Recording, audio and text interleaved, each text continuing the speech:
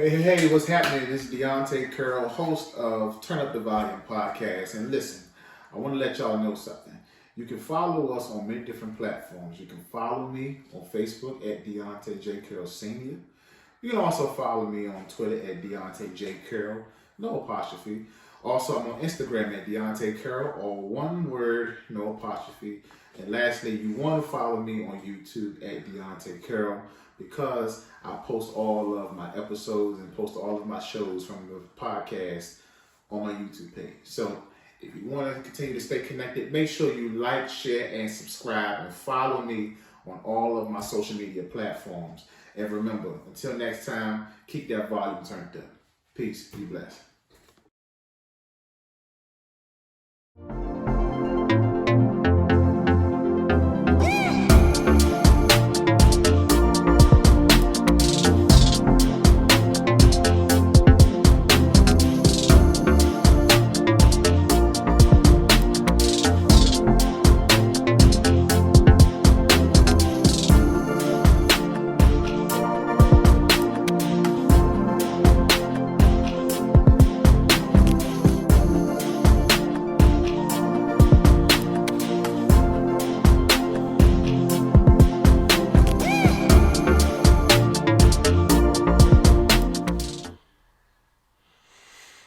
What's happening? What's happening? What's going on? It is I, Deontay Carroll, host of this wonderful, beautiful podcast, Turn Up the Volume.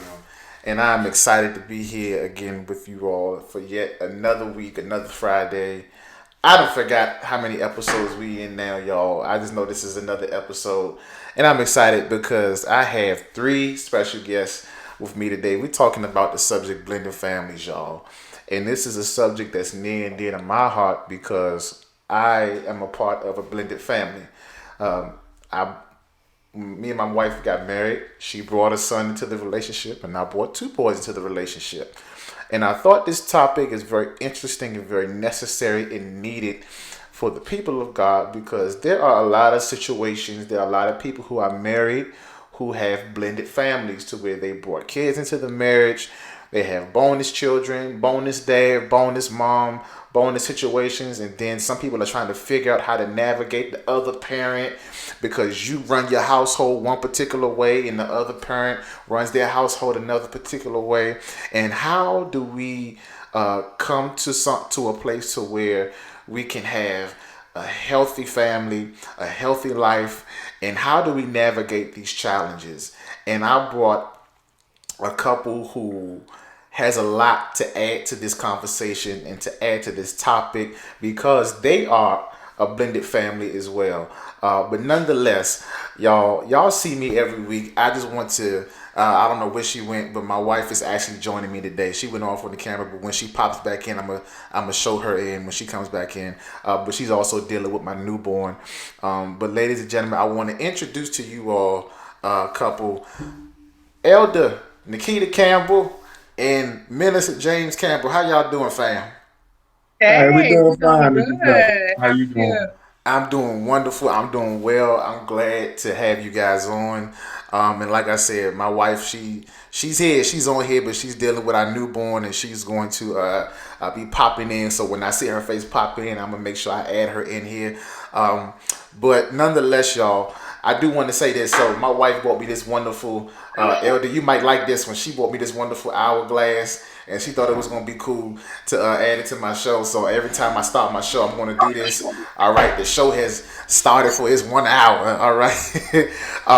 So it's interesting. So Elder Campbell and Minister Campbell, how long have y'all been married? We going on 5 years. 5 years. It'll Five be five years. years in September. September 24th. Look at God. 5 years. September. What was the date? September what? 24th. 24th. Well, happy early anniversary. Early Thank anniversary to you. you all. So let me ask you this because there are a lot of blended families in the body of Christ, right? And there's not a lot of people, churches, who talk about how to navigate when you find yourself in a blended family. Why is that? I think. I think. I think sometimes we put topics on families that come together, such as blended, and really it's just family. Because I believe that when a man finds a wife, he finds a good thing. And if she have kids, they are brought into the equation because of the mom or dad, and they have to be treated as if they were their like biological kids because those are your kids too while you're there raising. And I think the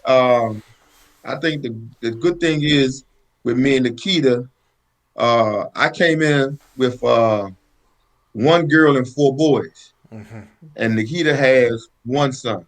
So we have six, and we don't really call us blended. We call us family because we came together and made one. And we just say family because my sons treat each other like brothers that they like they coming out the womb. Mm-hmm. And the good thing about that is they get along. They might have their misunderstandings every now and then, but they know that we are family first and foremost, and that we came together kind of quickly, and we just came together. I think when we had our apartment, we had everybody over, and Yeah. everybody got along well. In the wedding and everything, everybody got along well.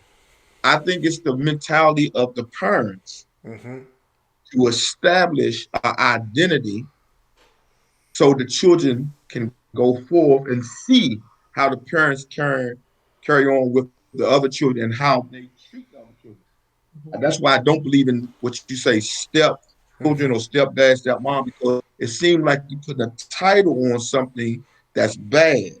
And when it's not bad, it's just we're family. We're not biological family, but we're family because we came together to form as one. And that's the way I look at it. I'm not saying blended family, the title is bad. I'm just saying that I look at family as one. No matter whether you brought kids in or not, you're still family. And if you have a kid such as we do, you have to go in the mind frame and say, that's my son, Mm-hmm. that's my daughter. And I have to treat them as if so because, and I want them to respect me. I want them to respect me and Nikki as parents and first and foremost. So we gotta shoot.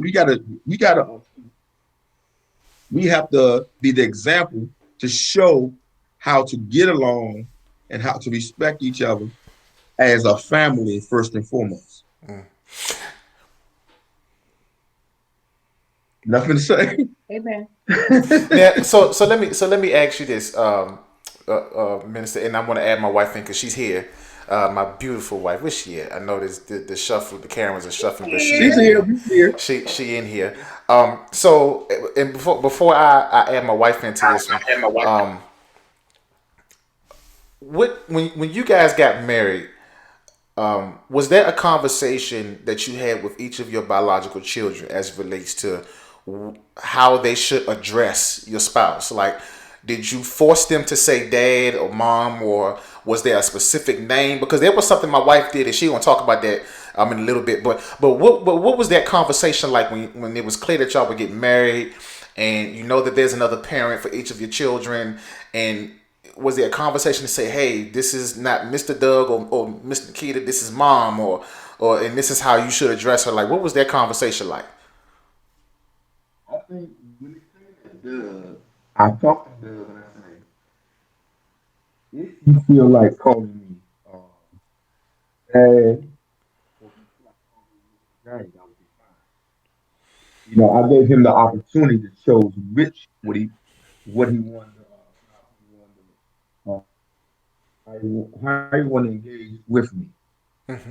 Uh, and that's as far as that went. He just said dad. Now Okay. Mm-hmm. when it came to my kid, when it came to my kid Keita, they just said mama. Okay. She ain't had no conversation. They just They called just her said mama. mama. And what I think what that was, they just called her mom, and I think that was they said my dad. I think they said my dad is that, that's his wife.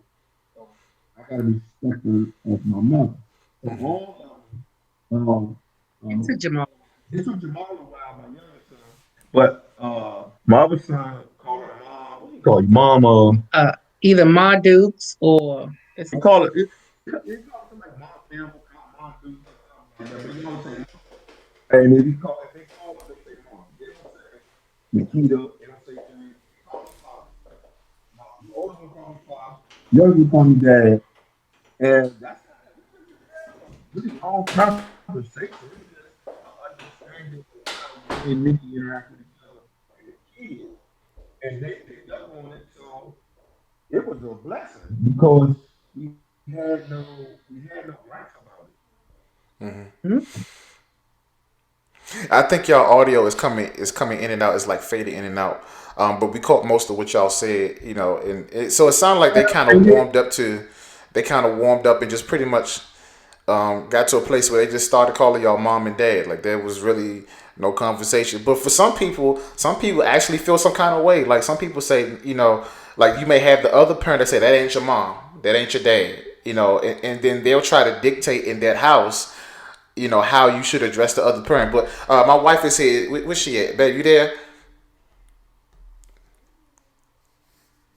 Huh? I can't hear you. You probably on mute. Yeah, you on mute.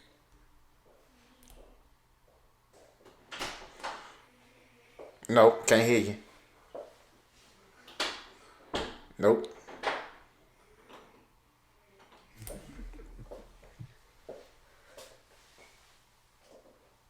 Nope. Until your wife come in, can I say something? Yeah, go ahead. While she working on her audio. Okay. With that, I think what the best thing happened to me and Nikita when we first got together, me and Nikita had a conversation. We talked. And I think that's key into coming together in a relationship. We talked about what we want to do in life, where we want to go in life.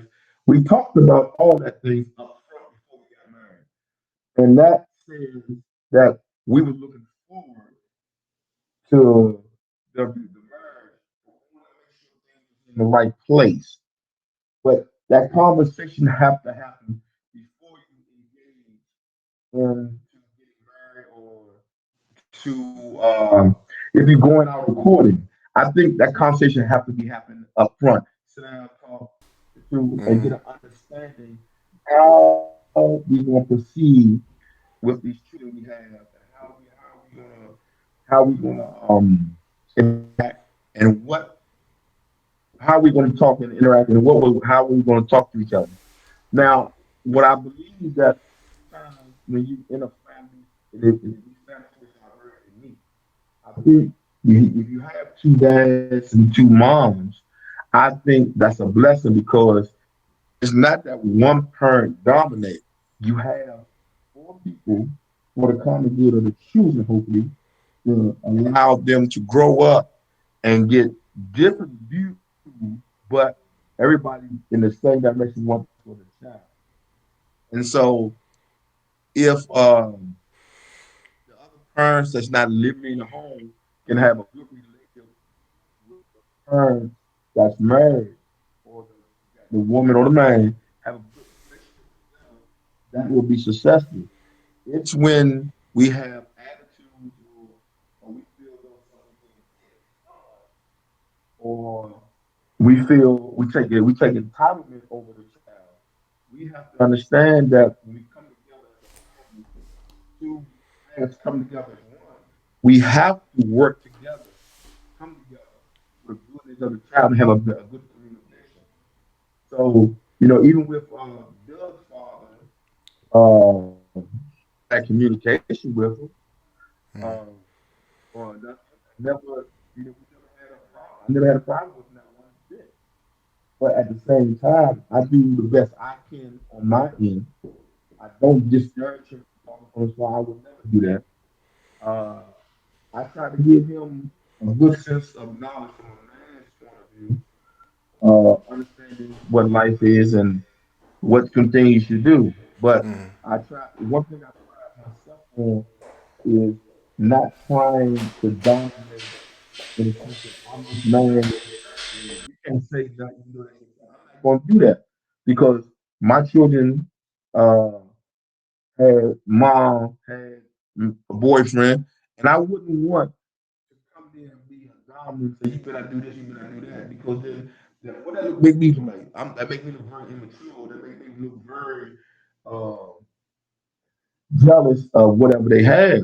And I didn't want to be, I didn't want to be seen as that. And then, especially being a man of God, if you're gonna be out, if you're gonna walk the face with God, you have to put aside pride, you have to put aside jealousy, you have to put aside not able to communicate with the other parent. And that's a blessing because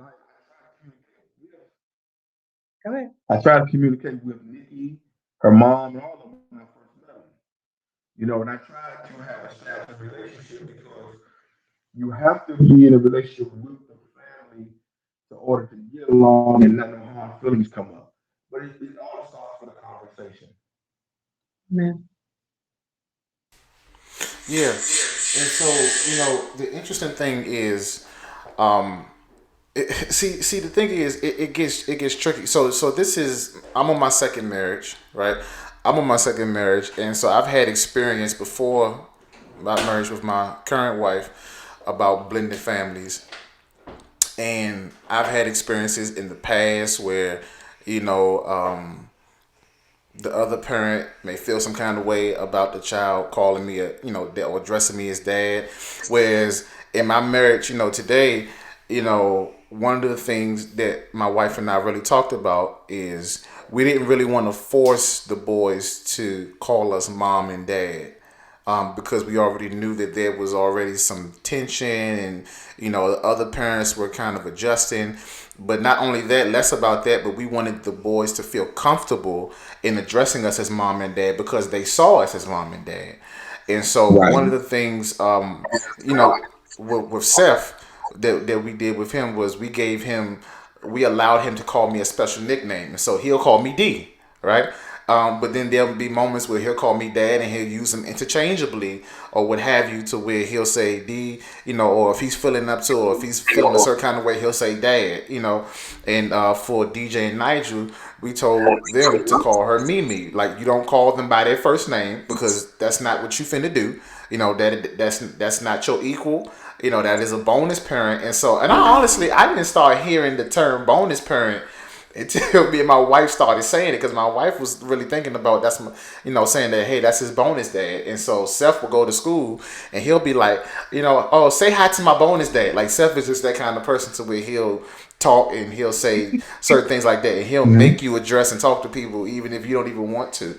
And so that kind of worked for us, to the point to where it was more so like, hey, this is my bonus son, and it kind of makes them feel special. Like, I found that out too. Like, it makes them feel special. Like, wow, you got a bonus child. Like, I'm the bonus son.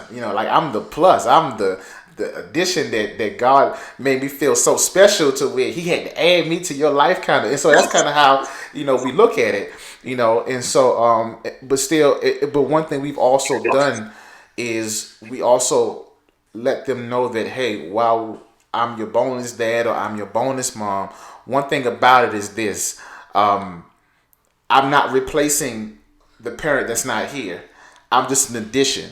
Like, God loved you so much to the point to where He gave you two dads or He gave you two moms, right? And so because He wanted to make sure that you had everything you needed, that He gave you nothing. Mhm. He gave you an addition. And so that's kind of how I look at it, and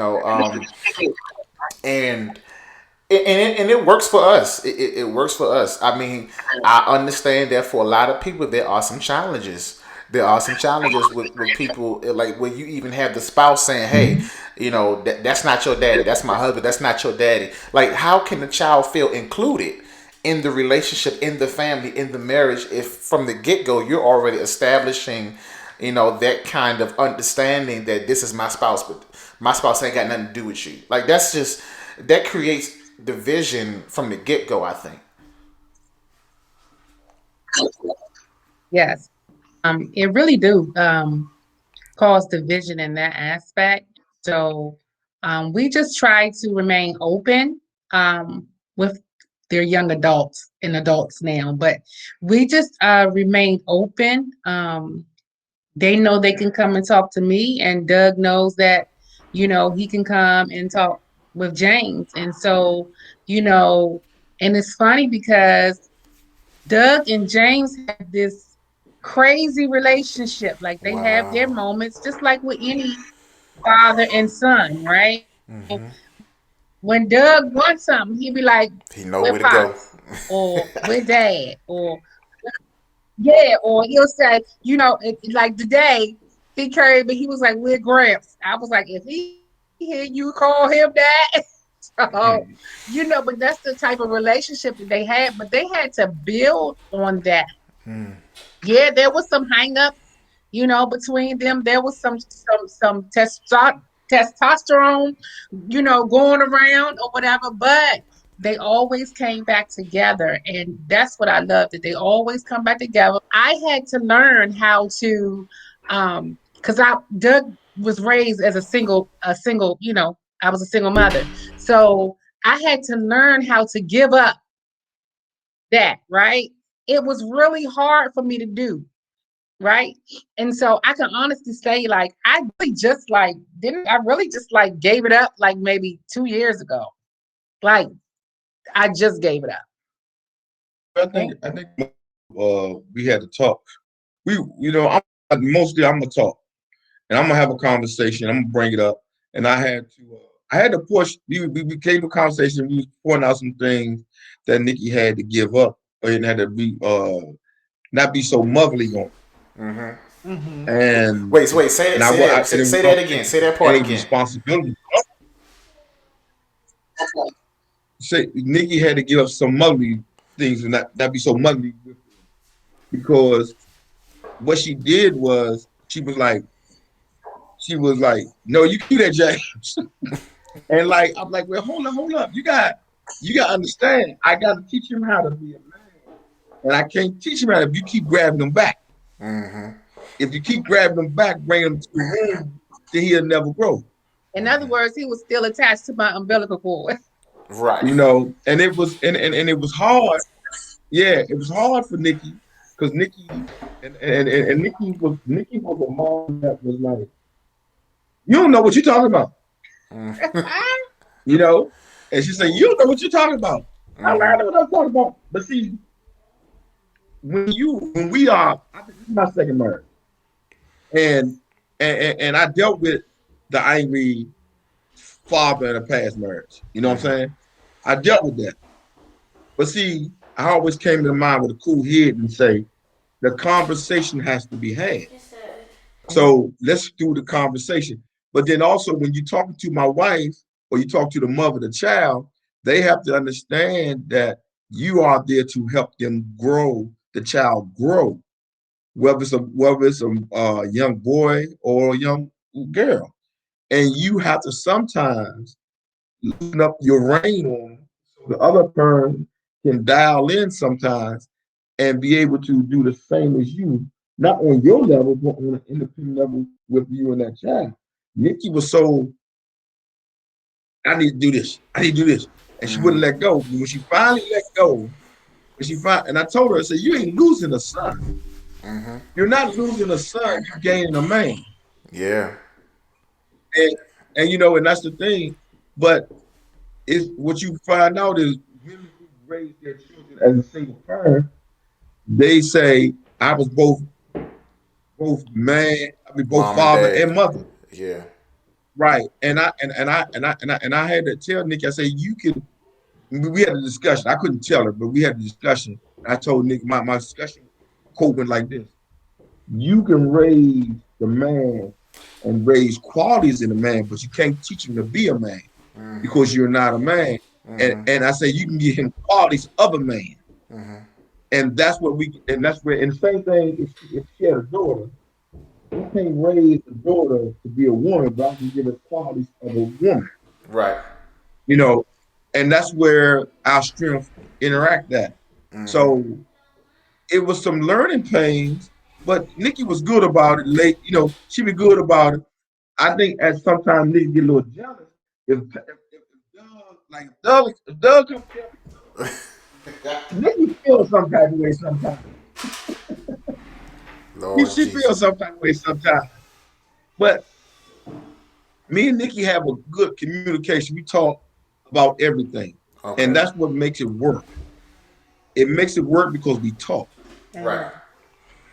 And you have to. You have to talk. Yes. You have to be on the same page because you're coming into a unique situation. You're coming into a situation to where not everybody understands how to deal with it. Not everybody understands the challenges that comes with blending a family, And when you're talking about bringing in, a bonus parent that may not be that's not the biological parent, you have to consider how the child may feel, particularly when you decide to get married, depending on how old the child is. Like the child may be a toddler, a grade school kid, or they might be a teenager. And teenagers are, already at a place to where they feel in some kind of way. They have some kind of thoughts and all that kind of stuff to where you have to kind of navigate that.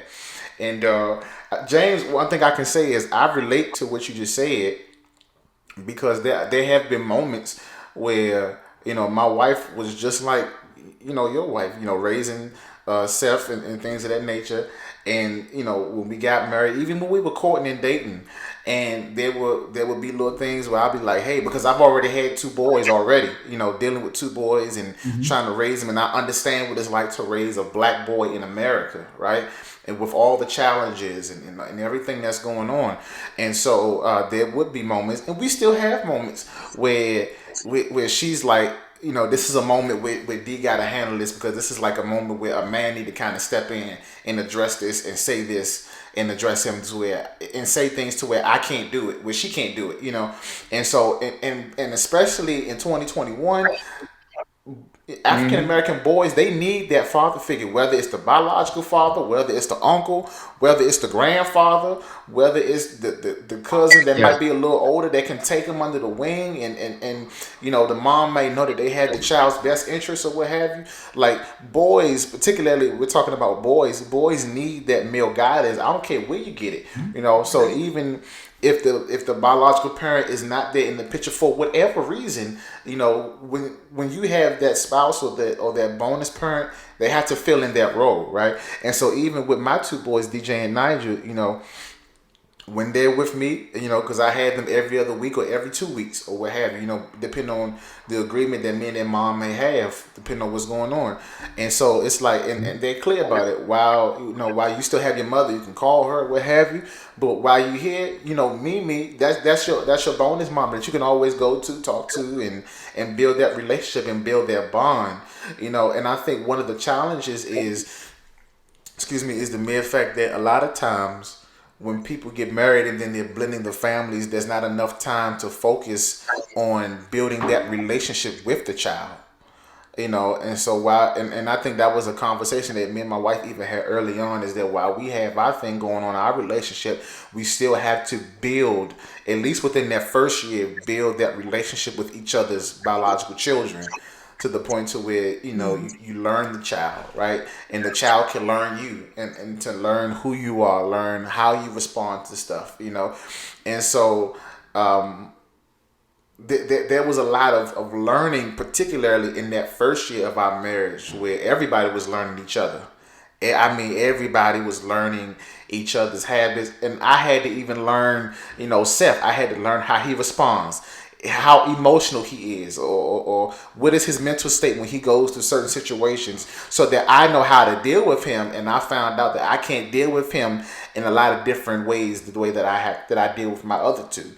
I mean, and even and that even comes around discipline, and learning how to discipline, Oh learning the yeah. best ways and the best methods of how to discipline, So I mean that was one of the big things. And speaking of that, so let me ask y'all this, because if I'm not mistaken, and y'all excuse me because my son he helping me out on my show, so he bring in, my wife was having some technical difficulties with her phone and all that kind of stuff. So look, we a hood show, we a black show, so we bringing in the chair. That's all right. we That's bring all in the chair. right. Look at my child. There you go wave at He the getting camera. big.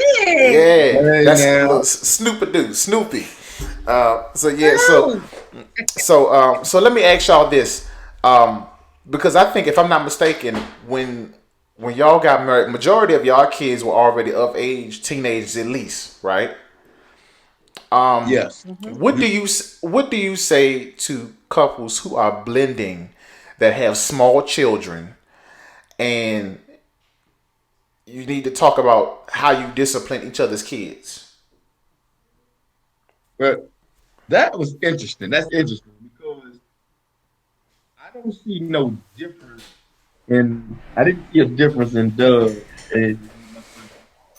But they got to live together. And both equally the same when it comes to the times when I disciplined both of them. If one got in trouble, sometimes I discipline both of them. But I didn't do it. But you gonna get this, you know. And the thing about it is, uh, I did a lot of talking in the beginning. I did a lot of talking, Right. a lot of, and the talking was y'all brothers. Y'all look out for each other, and you don't let nobody do nothing to each other. Mhm. And me talking to them, saying they was brothers. That's how I always looked at it. I didn't put the word step. I didn't put the word. I didn't try to sugarcoat it. Y'all brothers. That's all y'all is. And I said y'all real. Y'all was thinking was always trying to inspire. I said, y'all gonna be great men. And I wouldn't say nothing negative. If they did something wrong, it's always telling that. You know, it's times where they did something wrong I didn't like, or I had to spank them, Spank him. or spank 'em. You did not spank him. Okay. He dropped him with a two piece. That's Wait, wait, wait. he didn't So spank wait, so you literally dropped Doug with a two piece. both of them No, what happened? in school. What happened was they was in class, both of them in the same grade in the same. Yeah, they were the same So age. what happened was I happened to be home from work that day, chilling, and the teacher called, and she said that they was, they was acting a fool up in class, and she knew they was brothers. So I said, she said I had to separate them, but they still acting a fool. Can you come up here? So I go up there, and the teacher, as I walk in there, I'm looking, I stand by the door first, I look. They over there having a ball. One of them up by the teacher desk having a ball, one in the back having a ball. So when I walk in there, me, the first thing I did say, excuse me, ma'am, you and you. I say, Doug, Jamal, let's go. So when they got outside of me, I punched them in the chest. I punched both in the chest. The principal came up. The janitor went and told the principal that I punched both of them in the chest. The principal came up with the police officer and said,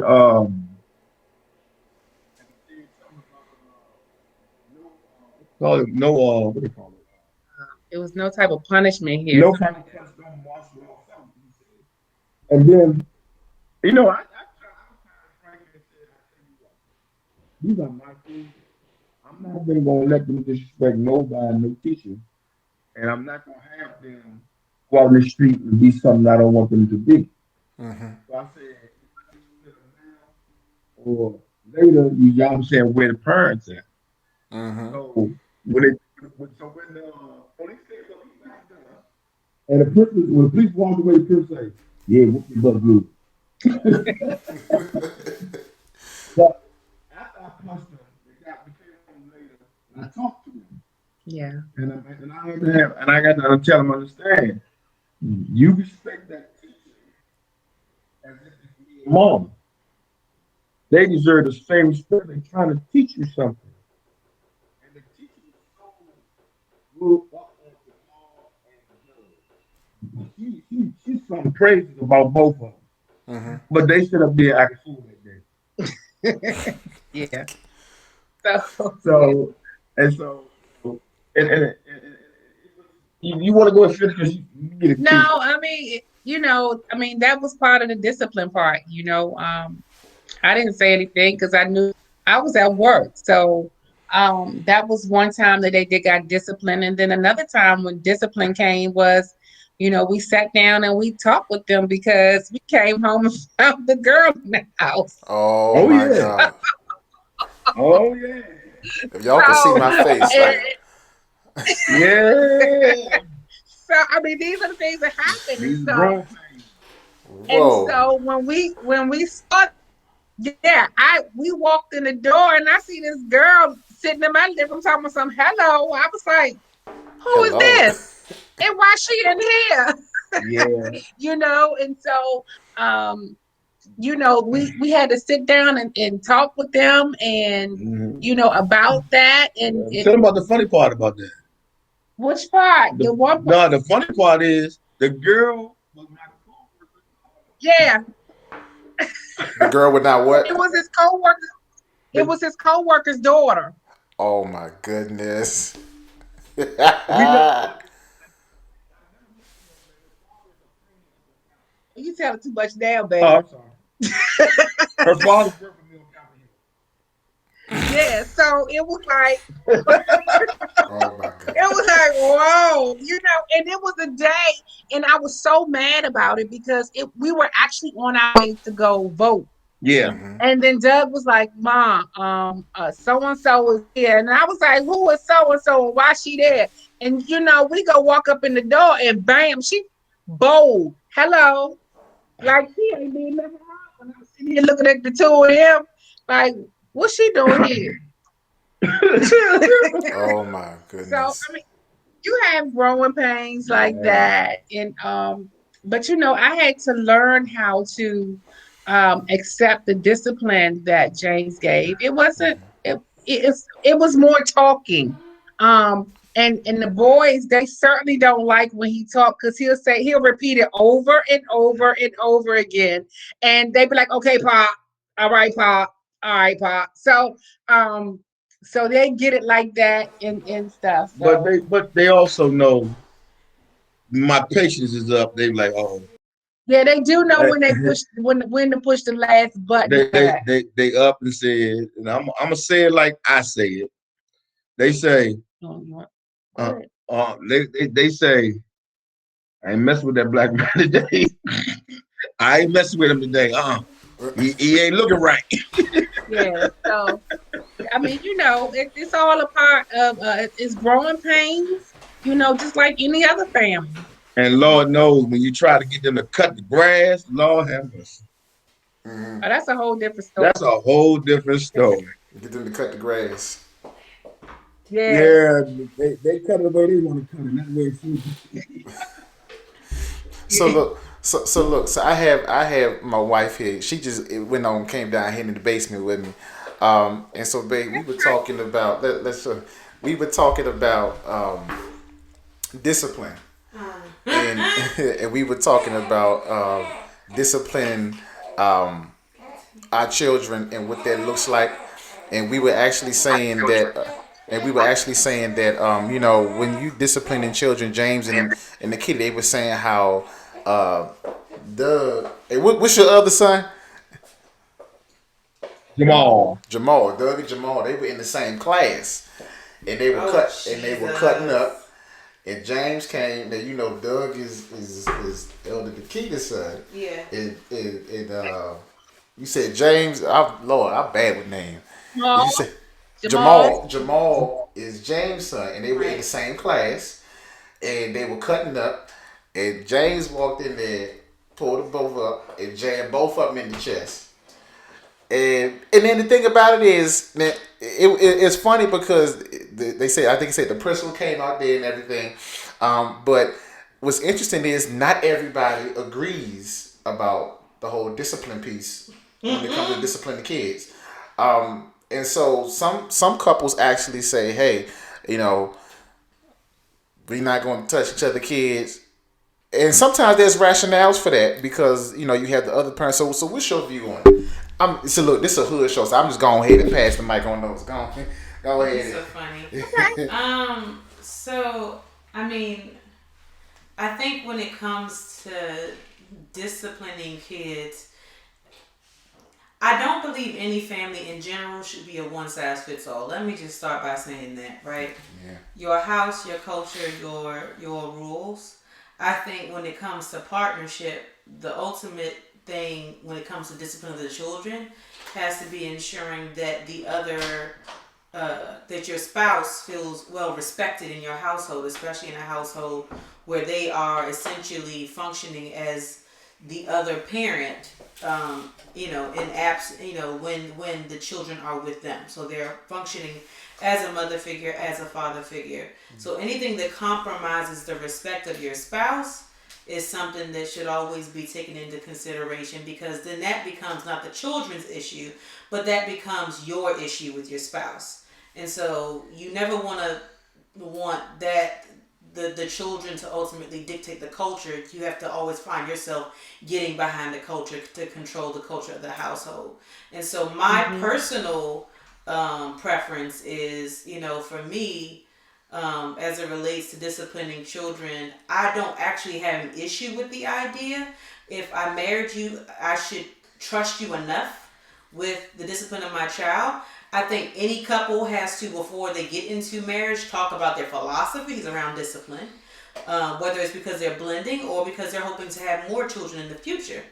I think that you need to be aligned on the philosophy before you hit that I do. You know what I mean?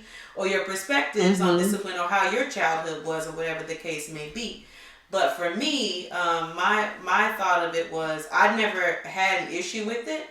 But it's tricky when you think, like I said, not a one size fits all.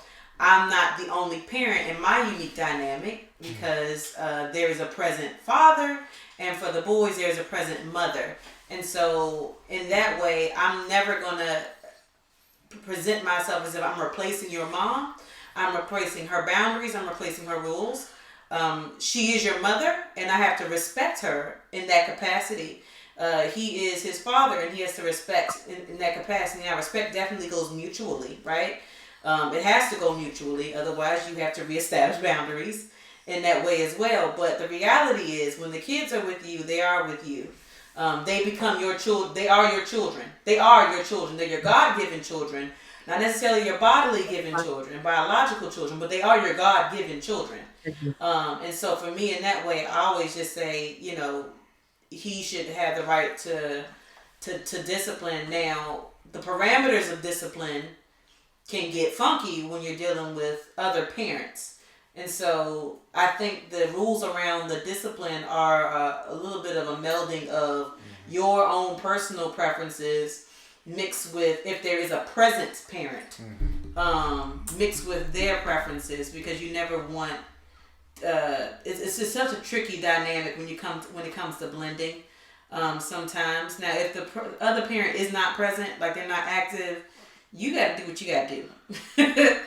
You know what I mean? But I think in the instance where there are present other parents, you have to be thoughtful about the fact that if there was something that you were incredibly uncomfortable with that child experience when they were away from you and with that other parent, as it relates to that parent's spouse or partner, then you have to be able to feel comfortable and confident saying, hey, my child told me this happened, what's up with that? Or I don't feel comfortable with that. And you will want to be respected in that way. And so for me, I'm like, if it's something that I would expect from them, then that's something that I'm going to do in my own household. So I do have, we do have boundaries or rules with what this physical discipline looks like. But there is physical discipline to a degree where appropriate. So we establish well ahead of time the things that will get your little tail popped or beat. Not beat, but spanked, Yeah. popped, whatever the case may be. Reflexes. When my reflexes come into play. Yeah. Yeah, and that's a good that's good. And the good thing that you say that we said earlier was that the conversation has to start first. And because y'all had a conversation, you understood which way y'all wanted to go, and that was the basics from when you come together as single parents to become into one family or blended family, and that's the blessing of it. Rules as But at the both are same implemented. time, I'm sorry. I said no. I absolutely agree. It's nothing worse than trying to figure out certain things right in the middle of it. Right. And then that's it. When you come together before you get married, those conversations have to happen. Mm-hmm. It has to fall in line. What is my expectation? What is my future? What we going to do to move forward? What we want to do in life? Where we want to go in life together? Mm. And that is what is the most important is the conversation. And people Yeah. forget that sometimes. I hate to say this, but I'm gonna say it. Some people think that you go sleep with somebody, then that's the conversation. That ain't the conversation because it Going never to took sleep with them place. ain't the conversation. That's And the body language, conversation but ain't that ain't. that ain't the conversation. That ain't an understanding. And then you as a man or woman, you have to understand. You have to sometimes crucify that flesh and say, "Is this what I want to do and be in?" Not because you look good or he look good, because Mm-hmm. this is what I think is promising that I can turn into a husband or a wife and be able to grow together and build something together. If you Mm-hmm. just got there because of the flesh, then you need to leave You bring because up it's a not really going to good work. point. What was the point? He's saying that it has to be a conversation that you have in advance. I feel like we probably honestly need to adjust even how we function in terms of marriage counseling. With Oh the yeah, rise of the definitely. number of blended families, there's no way, Yep. right? There's so many blended families nowadays, and let's be real, there was blended families back in the day. They just wasn't on the books. Well, Right. well, But my point is, I think that as we look at marital counseling, especially in the body of faith, we have to take that into consideration because you are marrying a parent that comes with a child, and that will affect your Right. relationship if it's not well planned for, as you said. Hmm. Yes. Amen. Amen. Amen. so here's the thing, though. Here's the thing, right? So biblically, and we talked about this biblically, there are examples though of blended families, right? Oh yeah. Jesus was a part of a blended family. If we're gonna go down that road, right? Because Yep. That's Joseph right. was not Jesus's biological father. And think Right. Hmm. about if we put this into context, think about the culture of the time, right? And so, of course, when you're betrothed or you're engaged, you're responsible for who you're engaged to, and you kind of, in many different Hmm. ways, the 21st century church ain't gonna like this, but y'all kind of function like you was married back then when you were betrothed, and so Yeah. uh, Joseph finding out that Mary is pregnant, even though we know that it was a divine conception and what have you, but how that was going to look to people was that she's not a virgin, she's pregnant. And so now I have to deal with that, right? And I had to know behind closed doors that this is kind of like a blended situation because I ain't the daddy. And so I have to raise this child. I have to teach this child.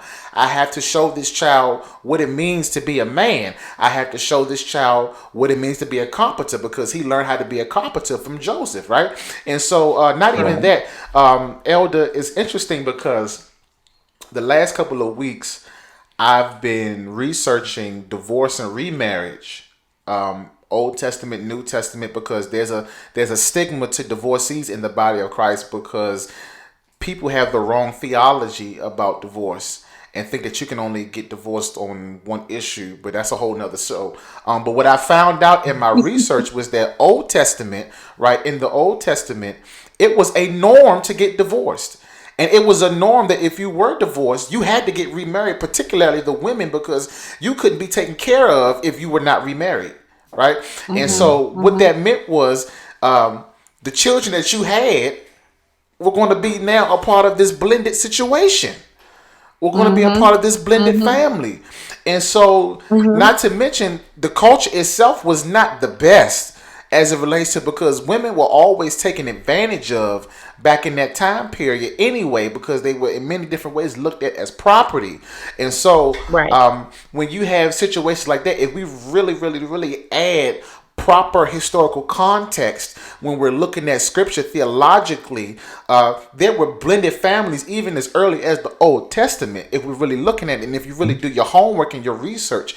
And so the question becomes for me in my mind was, how did they deal with situations like that? Because, there were various situations to where, like, for example, and this is not to delve into the whole divorce piece, but if a man went off to war, he had to give his wife a divorce decree in advance, just in case something happened to her. She would be in a position to take care of herself and remarry Mm-hmm. because she couldn't do for herself. Right, and what happens to the children that she has to feed if something happened to that man? So there were instances of, and we might not have them written out word for word, but when we add culture and add that layer of context, like, there were blended situations.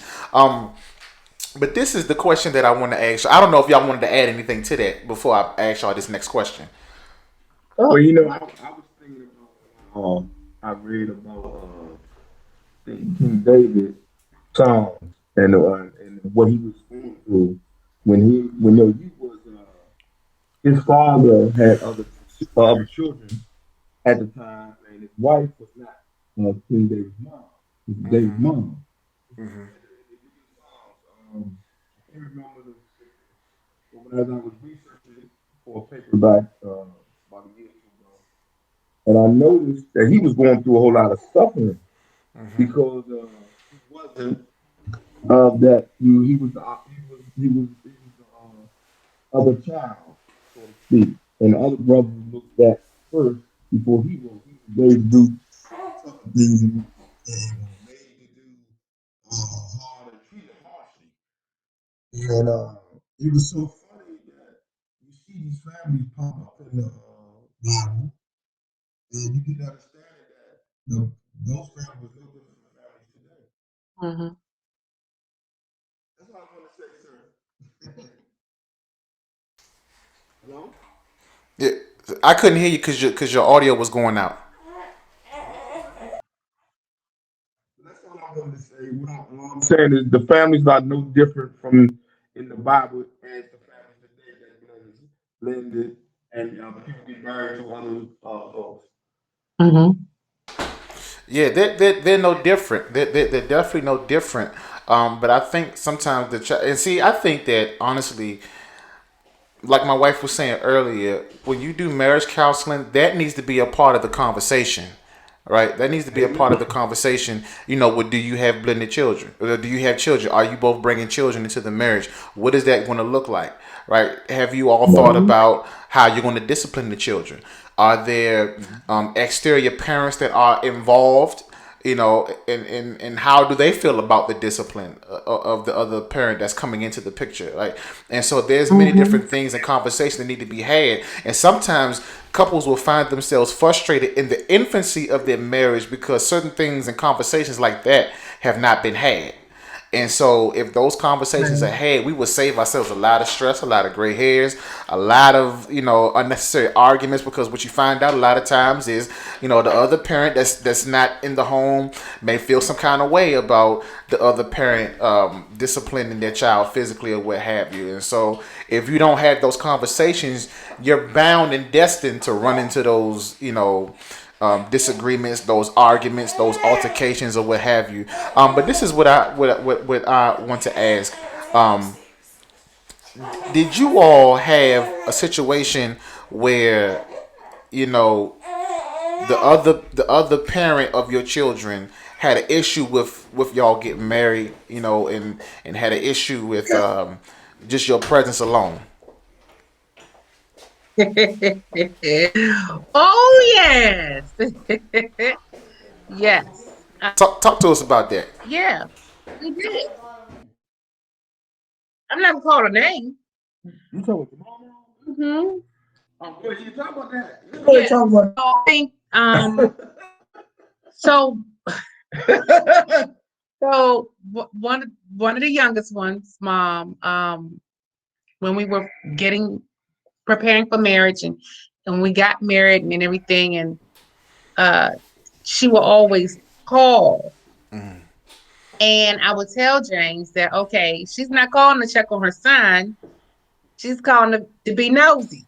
And so We had laid down the parameters where, okay, you talk to her when I'm around, because I don't want you to get hemmed up in nothing that you don't need to be getting hemmed up in. Right. And so we've had words.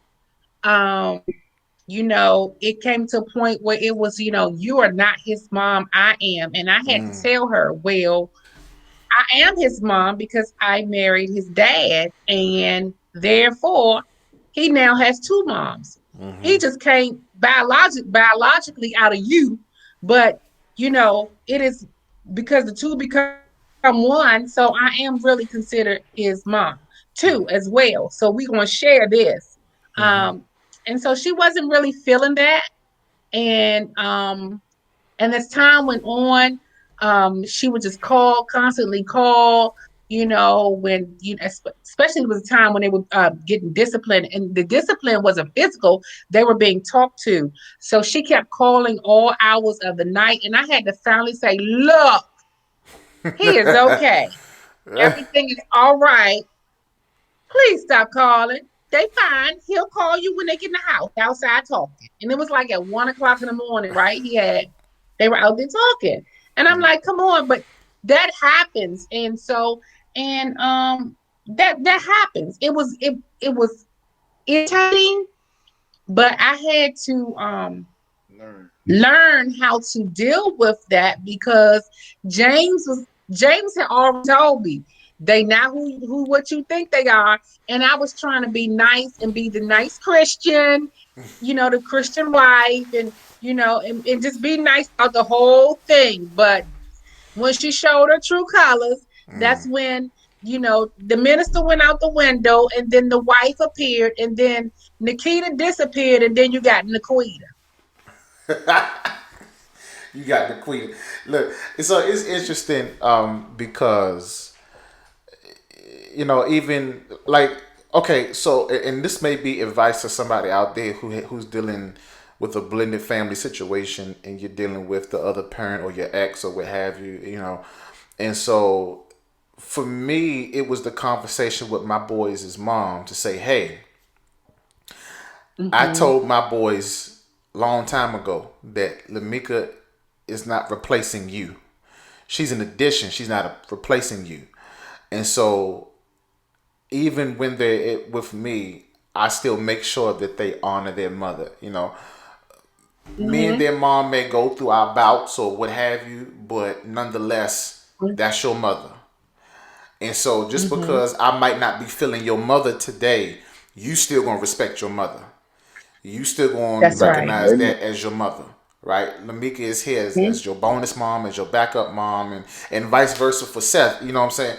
And so it's the mere fact that you have to establish those boundaries in the very beginning. Now, it might not always be peaches and cream in the beginning, because there's going to be somebody that's going to be in their feelings in one way or another, some shape or form. But I'm a firm believer that no matter what happens, no matter how everybody else acts, you have to understand that you always have to be mature, because you have babies in this situation that are watching your every move.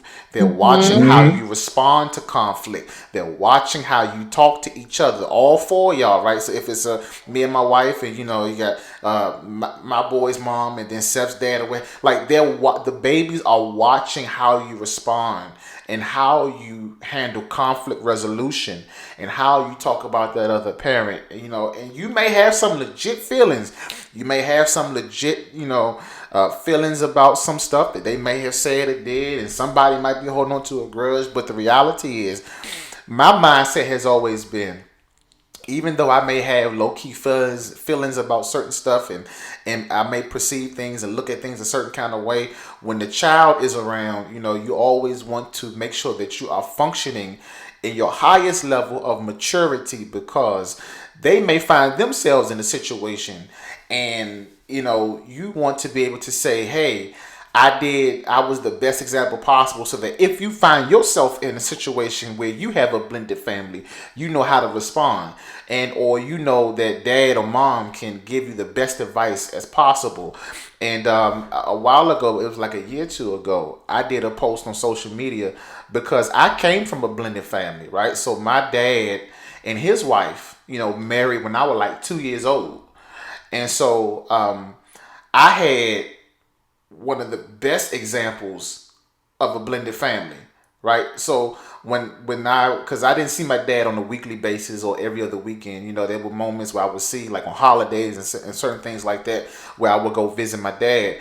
And so I can say, and this is another thing too, how do the children feel when they're in your household that are a part of this blended situation? So what I'm saying by that is, even though I did not live with my dad, when I went to his house, his wife always made me feel welcome. I always felt loved, in many different ways. The truth is, I was closer to her as a child than I was with my dad, because that's how nice she was and how accepting she was, regardless of how I got here, and how I became a part of the blended family situation.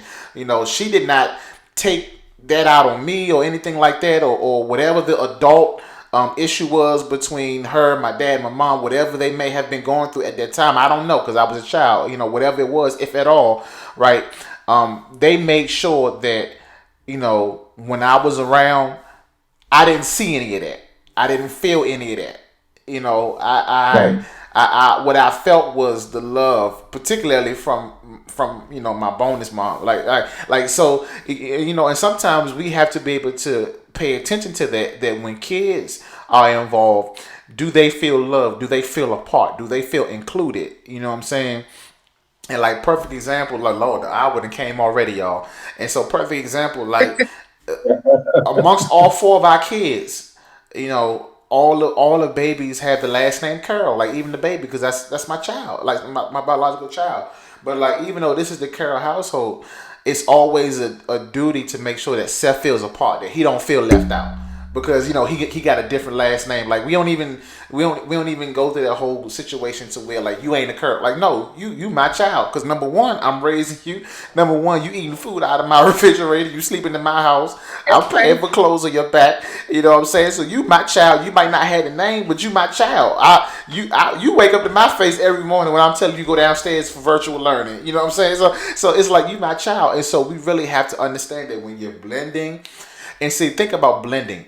Like when you're blending a picture, when you're blending a picture, like a picture can look so beautiful when you blend in colors, and sometimes you can't even tell the beginning from the end or tell the mixture of various things because the blending looks so beautiful. Our families have to look just like those paintings that we see, when we go to the art galleries, that you see the blending of different colors. Like you can care less what the beginning was. Like you just look at this picture and you look at how beautiful the artist has made it. And so regardless of your situation, regardless of how you find yourself in a blended Mhm. situation or blended family, understand that God put y'all together, that God allowed y'all to come together, that God has his Amen. hand all over that situation, and he is the artist. The same way he's the potter and we're the clay. Right? He put it together. Let him draw it. Let him blend it. Let him put it together. Let him show you how to make things blend or what have you. And so a lot of times I feel like if we take our hand off of trying to force certain things or make things look a certain way, we'll be in a whole better place. We'll be in a whole better situation because hey, we don't have all the answers. And even in this situation, a lot of us we're learning as we go along. And so you're not, so That's when you right. step into a blended situation, I mean not even when you get married for the first time, when there's not a blended situation, you're learning as you go along. But Lord, you got a blended situation, you're definitely learning marriage and some more as you go along. And so I take my hat off to a lot of blended families. I'm part of a blended family, and so I take my, because you got to go through a lot of extra stuff, a lot of extra stuff and extra conversation that you got to have. I mean, and so, I pray nothing but God's power and God's speed to people who are blended in blended families. But, Elder Nikita and Minister James, any advice that y'all want to give to people who are in the blended family? I would say keep God first in every area of your life. Pray together, because certainly a family that prays together stays together. Make sure that you all have open dialogue and communicate. Mhm. And live, laugh, and love, because tomorrow is never promised. And enjoy the family, enjoy each other, enjoy the company, and don't go to bed angry. Don't go to bed angry. Don't do not, because like I said, your life is here today, is gone tomorrow. It's nothing but a vapor, like what the Bible says. And so you got to take the time to, I mean, just have fun days. You know what I'm saying? Yeah, Like have a fun night, have a game night, most definitely. or have a movie night. Because Doug sometimes he would come and we would just have a movie night, and we ain't doing nothing but looking at uh, Oh yeah, we done looked this man, we done looked this up some other crazy the stuff. good boys. Good boys, and so if you just have a family night and Yeah. just lay on the floor and look at TV, so and just spend time, quality time together, because we need that. And most importantly, James implemented when we got married, getting back to the table and sitting at the table and eating dinner at the table with no phones. Wow, you sound like my wife because that is the big thing. Like she's big on having what she calls tech down, and so we have. And my wife likes to cook, so I mean, she cooks. I can't even really tell you a good home cooked dinner meal that I've ever cooked since I've been married. Not because I can't cook, but because she liked to cook. You know what I'm saying? And so it's like when you got a chef in the house, I don't even try to try to bother to cook. So it's like but my point is that, like, that's been the main thing in our house too, is to dinner time that's when the time when we all come together. Yes, I definitely agree with that. But y'all go ahead. I didn't mean to cut y'all off, but that stuck out to me. I would add this right here. Be able. Can you hear me? Mhm. Yeah, just speak a little louder so we can hear you. I say be able to have patience and compassion, and just take your time and think things through when you sorting out problems, trying to solve anything. Because what you will find out if you rush to judgment, it could be the wrong move that you're doing. So you want to take your time in sorting things out. And what I found myself with Doug is I always talk. I always have a conversation with him. And in my conversation will go like, I know you can be the best whatever you want to be. I have faith in you. Mhm. And I always exude that confidence in him so he can have our go forward in life and have that confidence. Anything within God. Mhm. So that's part of blended family, giving confidence, giving that love. And definitely give some hugs. Yeah. Love, you show some love. You ain't got to say something all the time. You just give love. Like I'm back up at the game with Doug and give him a hug. Come on, get out the bed. He just And that laughed. was funny. He just started laughing. But what you gotta do? Yeah. To have some fun. Yeah. Yeah. Enjoy life. Enjoy life. Yep. Well, there you have it, people. I want to thank y'all so much, Elder Nikita Campbell and Minister James Campbell. Thank y'all so much for coming on and really talking to us about blended families. It's definitely a pleasure. It was definitely a pleasure talking to you guys, and once again feeding off of your wisdom and feeding off of what you had to say. And I hope that there's a blended family out there somewhere who may have been trying to figure out life and figure out their situation, and they may have had some challenges, and you may have stumbled across this video and got some kind of jewels, some kind of wisdom, some kind of sound advice that you may have needed to help you out along your journey, help you out along the way, because I mean, it's not easy. It's not easy at all, and but nonetheless, the Lord will always see you through it and see you to make sure that you come out the way that He wants you to come out. So I definitely want to thank Elder Nikita Campbell and Minister James Campbell for coming on. Y'all stay tuned. Y'all stay, Elder Campbell and Minister, y'all stay tuned. I'm going to close the show out and I'm going to holler at y'all for a brief second. But like I said, once again, y'all, this is, like I said, this is what my show is all about. It's about being a one-stop shop to where you can come and get valuable information, get tools, hear from people here. I don't want y'all to just hear from me all the time. While I got a wonderful, smooth, suave voice, there's a lot of people that can add and bring information because the people of God are going through some stuff, y'all, and they're going through some stuff to where sometimes they don't even know if they coming or going.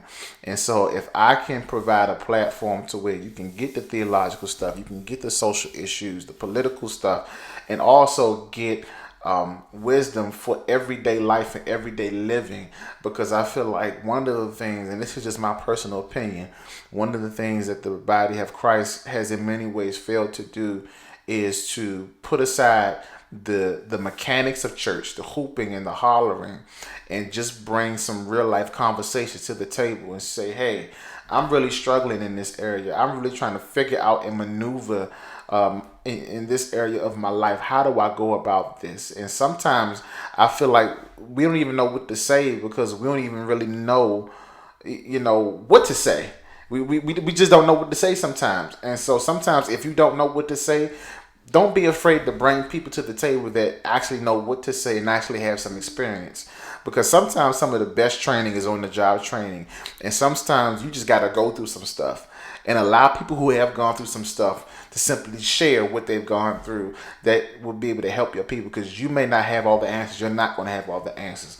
So once again, I thank Elder Nikita Campbell and Minister James Campbell for taking time out of their Friday night where they probably could be blending with their family to talk to us about blending. So I thank y'all. Love y'all so much. And do me a favor. We're going to be here next week. We got some shows coming up next week, y'all.